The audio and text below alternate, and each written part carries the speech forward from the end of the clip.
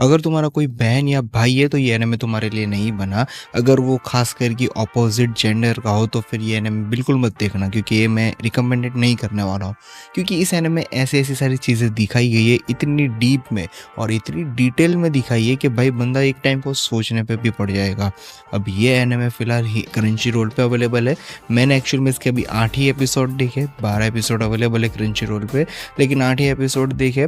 वजह ये कि 8 ही हिंदी में आया, बाकी की 3 अभी तक जैपनीज़ में ही है। जैसे हिंदी डब होगा तो मैं ज़रूर देख लूँगा।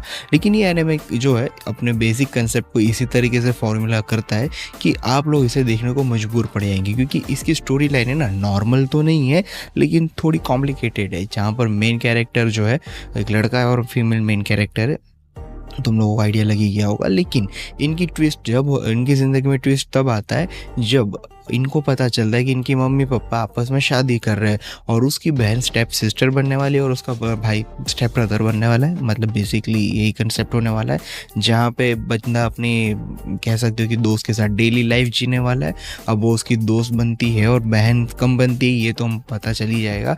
लेकिन अब स्टोरी का मेन मोटिव यही रहने वाला है कि आगे जाके इन लोगों की ज़िंदगी किस तरीके से आगे बढ़ रही है और इनकी ज़िंदगी में कैसे कैसे ट्विस्ट और टर्न आ रहे हैं। क्योंकि जब स्टोरी धीमे धीमे आगे बढ़ रही है ना तो तुम लोगों को देखने में ज़्यादा मज़ा आएगा, क्योंकि इन लोगों ने इतनी डिटेल में सारी चीज़ें दिखाई है। मतलब जो रिलेशनशिप होता है उसके रिलेटेड काफ़ी सारे कॉन्सेप्ट बताए, यहाँ तक कि जो थोड़ा बहुत वो तुम कह सकते हो वो सारी चीज़ का मैं जिक्र नहीं कर सकता, लेकिन यस वो जो टचिंग में होता है वाली चीज़ का भी इसके अंदर जिक्र होता है। जिक्र तो नहीं, एप्लीकेशन होने जाता है, लेकिन वो रिजेक्ट हो जाता है किसी कारणों। एनिमे देखोगे तो ज़्यादा आइडिया लग जाएगा, लेकिन इसके अंदर मैं बस इससे ज़्यादा नहीं बता पाऊँगा, वरना यूट्यूब छोड़ेगा नहीं, कॉपीराइट वगैरह मार देगा या फिर कुछ बता देगा। इसके लिए मैं ज़्यादा नहीं बताने वाला।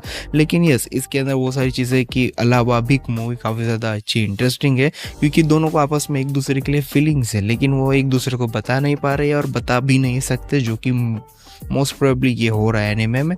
और मैं मुझे लग रहा है कि एंडिंग तक ये सारी चीज़ें हो जाएगी। अगर तुम लोग ये एनिमे देखोगे तो तुम्हें ज़्यादा आइडिया और क्लियर आइडिया भी ज़रूर लग जाएगा।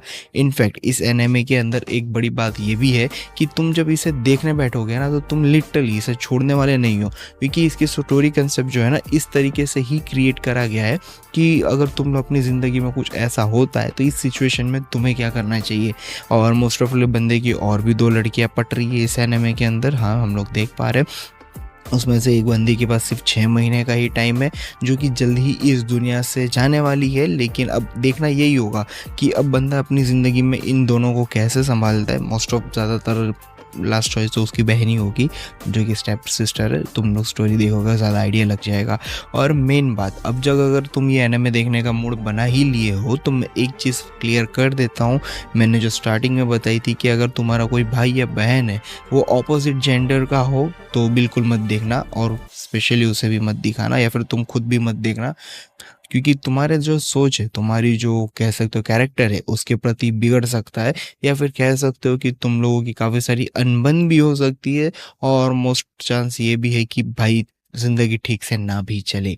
इसका यही उद्देश्य निकलता है कि अगर तुम लोगों के पास फालतू का टाइम नहीं है, थोड़ा ठीक टाइम है और तुम देना चाहते हो थोड़ा एक अच्छा एनिमे को, तो मेरी चॉइस तो यही रहेगी कि इस एनिमे को एक बार मौका दे के देखो। क्योंकि वही बात आ जाती है, अगर तुम ऐसे एनिमे नहीं देखोगे तो कौन से एनिमे देखोगे।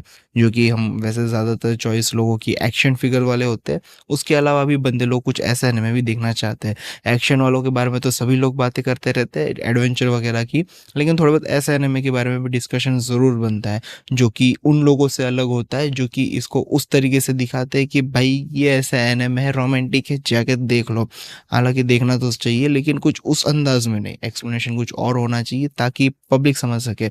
आज के वीडियो के लिए बस इतना ही रखते हैं, कुछ और एनिमे के बारे में भी डिस्कशन चलता रहेगा। बाकी मिलते हैं नेक्स्ट वीडियो में, तब तक के लिए बाय।